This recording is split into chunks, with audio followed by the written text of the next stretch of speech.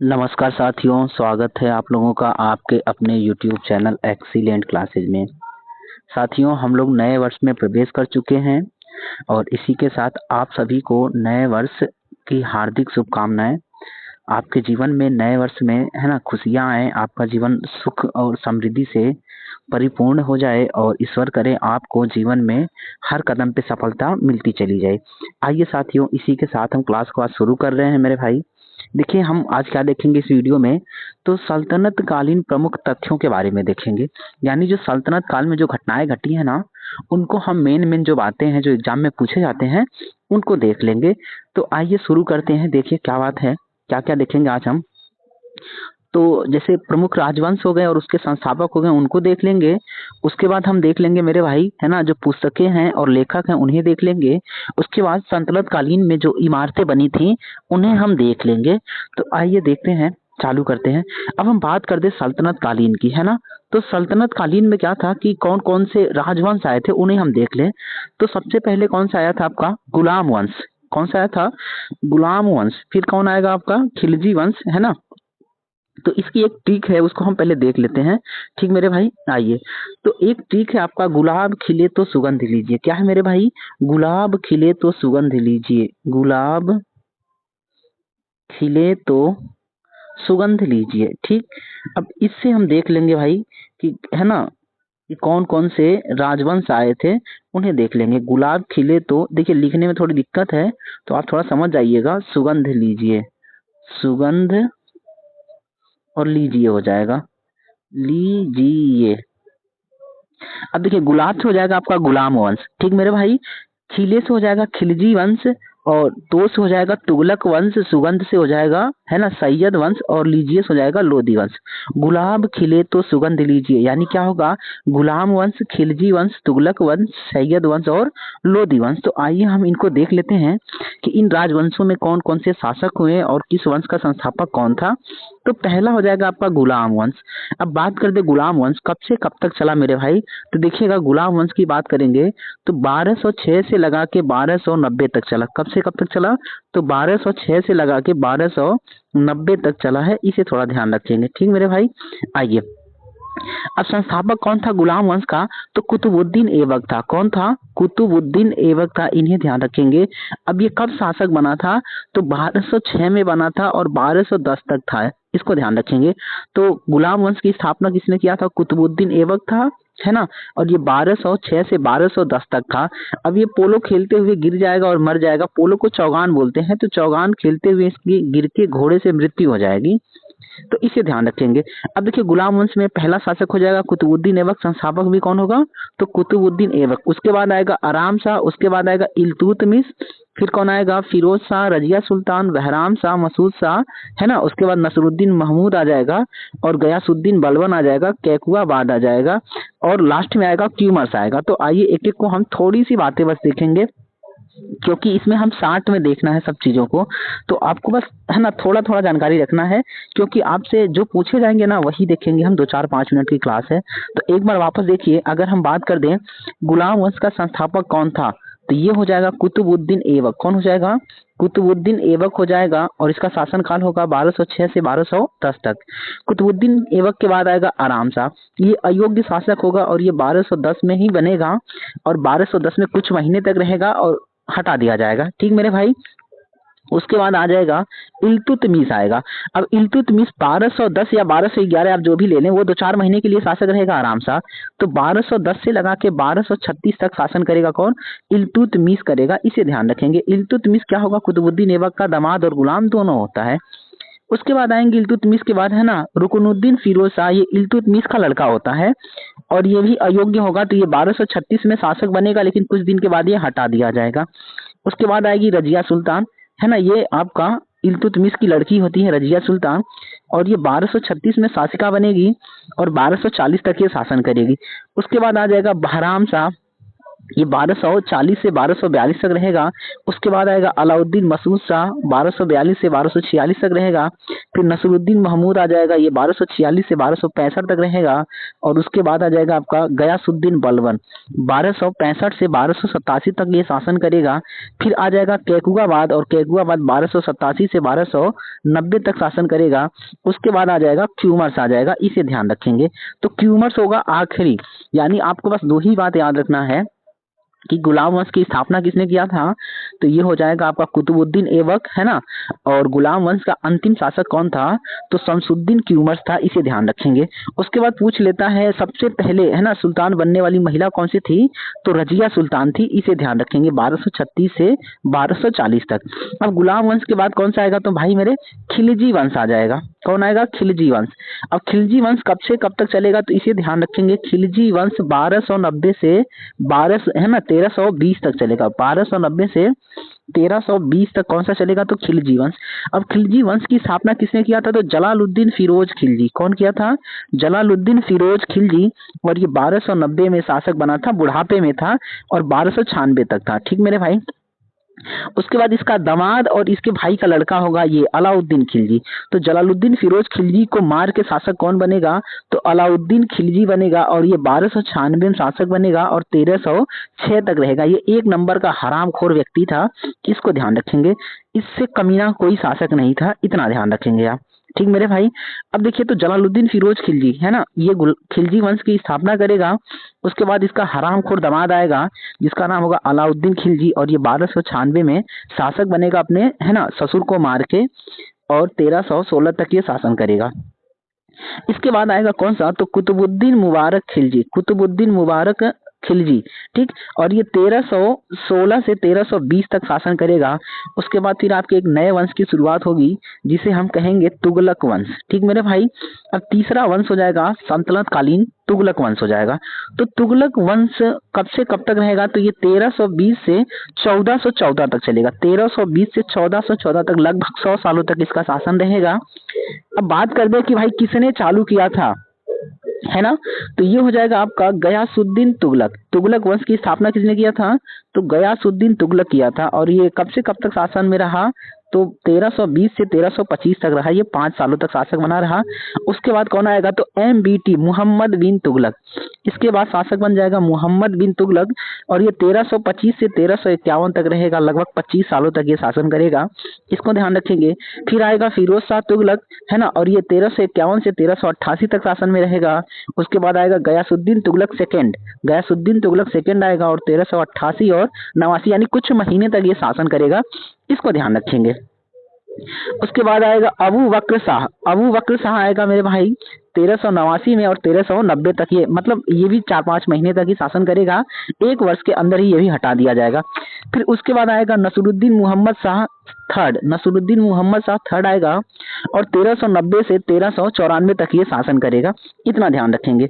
फिर उसके बाद आएगा अलाउद्दीन सिकंदर शाह, अलाउद्दीन सिकंदर शाह आ जाएगा, और ये शासन करेगा आपका, है ना, 1394 में शासक बनेगा, और कुछ महीने तक रहेगा, उसके बाद हटा दिया जाएगा।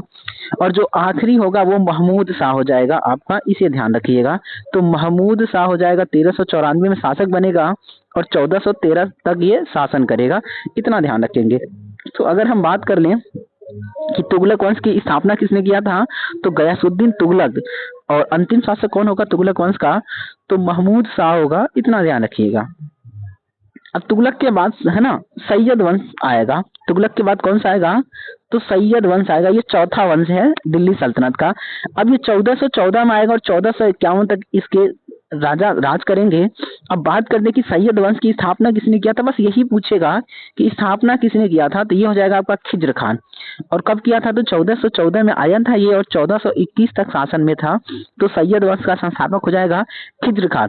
उसके बाद कौन आएगा, तो मुबारक शाह आएगा। कौन आएगा मेरे भाई, तो मुबारक शाह आएगा, इतना ध्यान रखिएगा।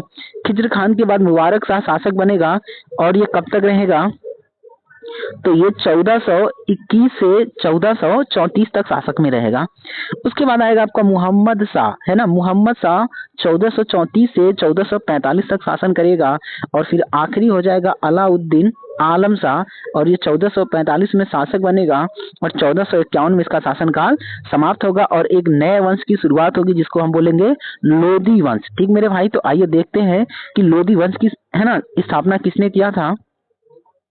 तो लोधी वंश की बात कर दे तो लोधी वंश कब से कब तक चला मेरे भाई, तो ये 1451 से लगा के 1526 तक चला था।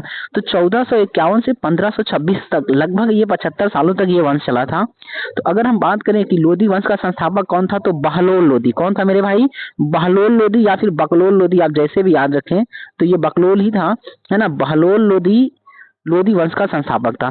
उसके बाद इसका लड़का बनेगा सिकंदर लोधी, है ना। ये कब तक रहेगा, 1489 से 1517 तक रहेगा। और लोधी वंश का पूछ लेगा अंतिम शासक कौन सा था, तो आपका इब्राहिम लोधी था। ये 1517 में शासक बना और 1526 तक चला था। तो इतना ध्यान रखेंगे मेरे भाई, है ना, कि सल्तनत कालीन शासकों में पहला शासक कौन सा हो जाएगा, तो कुतुबुद्दीन ऐबक। कौन सा हो जाएगा, कुतुबुद्दीन ऐबक। और सल्तनत कालीन आखिरी शासक कौन सा हो जाएगा, तो आखिरी हो जाएगा आपका मेरे भाई, है ना, इब्राहिम लोधी हो जाएगा। इसको ध्यान रखेंगे। तो लोधी लोधी वंश का होगा और ऐबक किस वंश का होगा, तो गुलाम वंश का होगा। अब इब्राहिम लोधी को 1526 में पानीपत के युद्ध में बाबर हरा देगा और भारत पर एक नए राजवंश की शुरुआत होगी जिसको हम मुगल वंश कहेंगे। इतना ध्यान रखेंगे। तो अब देखिए, हम मुगल वंश को तो अगले वीडियो में देखेंगे। अब यहाँ पे केवल सल्तनत की जो प्रमुख बातें हैं उनको देखना है। तो उम्मीद करते हैं आपको अभी तक ये बात समझ में आई होगी। अगर वीडियो पसंद आए तो लाइक करिएगा, है ना। अगर हो सके तो अपने मित्रों को शेयर कर दीजिएगा। चैनल पे नए हैं तो आप चैनल को सब्सक्राइब जरूर करिएगा। आइए अब देख लेते हैं भाई सल्तनत काल में कौन कौन से प्रमुख कार्य हुए। तो पहला है जो पुस्तकें और लेखक हैं, सल्तनत कालीन पुस्तक और लेखक। तो अगर हम बात कर दें कौन सी पुस्तकें कौन से लेखक ने लिखा था, तो पहला है आपका शाहनामा। अगर शाहनामा की बात करें किसने लिखा था, तो फिरदौसी ने लिखा था शाहनामा। उसके बाद दूसरी पुस्तक है आपका तबकात ए नासिरी। इसका लेखक कौन होगा, तो मिनहाज ए सिराज। तबकात ए नासिरी लेखक कौन हो जाएगा, मिनहाज ए सिराज। उसके बाद है आपका फिरोज शाही, समझ रहे ना, तारीख ए फिरोज शाही या केवल आप फिरोज शाही याद रखिएगा। तो ये कौन होगा, जियाउद्दीन बर्नी होगा। इसे ध्यान रखेंगे। उसके बाद है रेहला। रेहला कब लिखी गई थी, तो सल्तनत कालीन पुस्तक है। और इब्न बतूता लिखा था, ये मोरक्को का यात्री था। इतना ध्यान रखेंगे। उसके बाद है आपका किताब उल यामिनी। किताब उल यामिनी की बात करें तो किसने लिखा था, तो उत्वी ने लिखा था। अगला है आपका खजाइन उल फुतह तुगलकनामा, या फिर आप इतना ध्यान रखिएगा कि तुगलकनामा किसने लिखा था, तो अमीर खुसरो ने लिखा था। ये अमीर खुसरो वही है जो तबला का आविष्कारक माना जाता है। इतना ध्यान रखेंगे। अगली पुस्तक है आपका श्री कृष्ण विजय। इसको किसने लिखा था, तो मालाधर वसु। श्री कृष्ण विजय किसने लिखा था, मालाधर वसु। आइए अगला देखते हैं भाई, अगली पुस्तक कौन सी है, तो संगीत राज, है ना। संगीत राज की बात करें तो ये किसने लिखा था, तो राणा कुंभा ने संगीत राज लिखा था। इतना ध्यान रखेंगे। अगला है आपका रागमाला। रागमाला के रचयिता कौन है, तो पुंडरिक विट्ठल जी हैं। पुंडरिक विट्ठल रागमाला के रचयिता है। उसके बाद अगर हम अगली, है ना, बुक की बात कर दें तो ताजुक मासीर है, और ये किसने लिखा था, तो हसन निजामी ने लिखा था। उसके बाद तारीख दिल्ली की बात कर दे तो खुसरो ने ही लिखा था। और अगला है तारीख ए मोहम्मदी। इसकी रचना किसने किया था, मोहम्मद बिहमद खान ने। और आखिरी पुस्तक की बात कर दें हम मेरे भाई, तो अगली पुस्तक कौन सा होगा, तारीख ए हिंद। इसको भी किसने लिखा था, अल बरूनी ने लिखा था। इतना ध्यान रखेंगे। अगला ग्रंथ देखिए, तो अगला है आपका, है ना, तारीख ए मुबारक शाही। अगर हम बात करें कि तारीख ए मुबारक शाही ये किसने लिखा था, तो ये याहिया बिन अहमद सरहिंदी, याहिया बिन अहमद सरहिंदी ने लिखा था। इतना ध्यान रखेंगे। उसके बाद है फतवा ए जहादारी। इसको किसने लिखा था, तो जियाउद्दीन बर्नी ने लिखा था। खजाइन उल फुतू, इसको किसने लिखा था, तो अमीर खुसरो ने ही लिखा था। और अगला है आपका फिरोज शाही। फिरोज शाही को किसने लिखा था, शम्स ए सिराज अफीक ने लिखा था। फिर अगला है आपका तुगलकनामा की बात करेंगे तो ये कौन सा होगा, तो अमीर खुसरो ही होगा। और अगला है आपका फुतुह ए फिरोज शाही। ये भी कौन होगा, तो फिरोज शाह लिखा है। इनको ध्यान रखेंगे। ठीक मेरे भाई, ये है ना आपके सल्तनत काल से पूछे जाने वाले प्रमुख पुस्तकों के बारे में था। अब हम देखेंगे सल्तनत कालीन जो इमारतें हैं, यानी जो निर्माण हुआ था, जो वास्तुकला था, उसको हम देख लेंगे। तो आइए हम बात कर ले मेरे भाई कि सल्तनत कालीन प्रमुख इमारतों के बारे में। तो आइए बात करते हैं सल्तनत कालीन प्रमुख इमारतें कौन कौन सी है। तो देखिए अगर हम बात करें कुतुब मीनार, तो कुतुब मीनार है ना, किसने नींव रखी थी, तो कुतुबुद्दीन ऐबक को। इतना ध्यान रखेंगे, कुतुब मीनार की नींव कुतुबुद्दीन ऐबक ने रखी थी, ऐसा इतिहासकार मानते हैं। जबकि क्या था वो, विष्णु स्तंभ था, उसे तोड़कर इसने कुतुब मीनार की संज्ञा दे दी। इतना ध्यान रखेंगे। तो आपको जो है ना इतिहासकार जो लिखे हैं उनके अकॉर्डिंग जवाब देना होगा। तो आप इतना ध्यान रखेंगे कि कुतुब मीनार की नींव किसने डाली थी, कुतुबुद्दीन ऐबक। अब जरा कॉमन सेंस लगाइए कि जो व्यक्ति 4 साल ही शासन कर रहा है और 4 साल में केवल युद्ध कर रहा है, तो निर्माण कार्य कहाँ से करेगा, सिंपल सी बात है। इसने क्या किया था कि है ना, विष्णु स्तंभ हुआ करता था और उसे तोड़ के इसने नाम क्या दे दिया, कुतुब मीनार दे दिया। बस इतना ध्यान रखेंगे कि कुतुब मीनार का नींव किसने रखा था। चूंकि नाम बदल चुका है तो अब उसके अकॉर्डिंग ही चलना पड़ेगा। तो कुतुब मीनार कौन हो जाएगा, कुतुबुद्दीन ऐबक। उसके बाद है आपका कुव्वत उल इस्लाम मस्जिद। कुव्वत उल इस्लाम मस्जिद, इसका भी निर्माण किसने करवाया था, तो कुतुबुद्दीन ऐबक ने किया था। ठीक मेरे भाई। अगला है 2.5 दिन का झोपड़ा, ये भी कौन हो जाएगा, कुतुबुद्दीन ऐबक।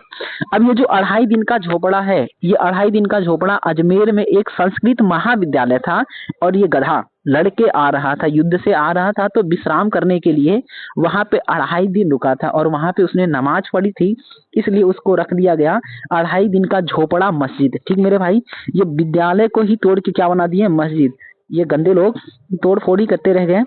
अब अगले की बात करते हैं हम, तो अगला हो जाएगा आपका सुल्तानगढ़ी का मकबरा।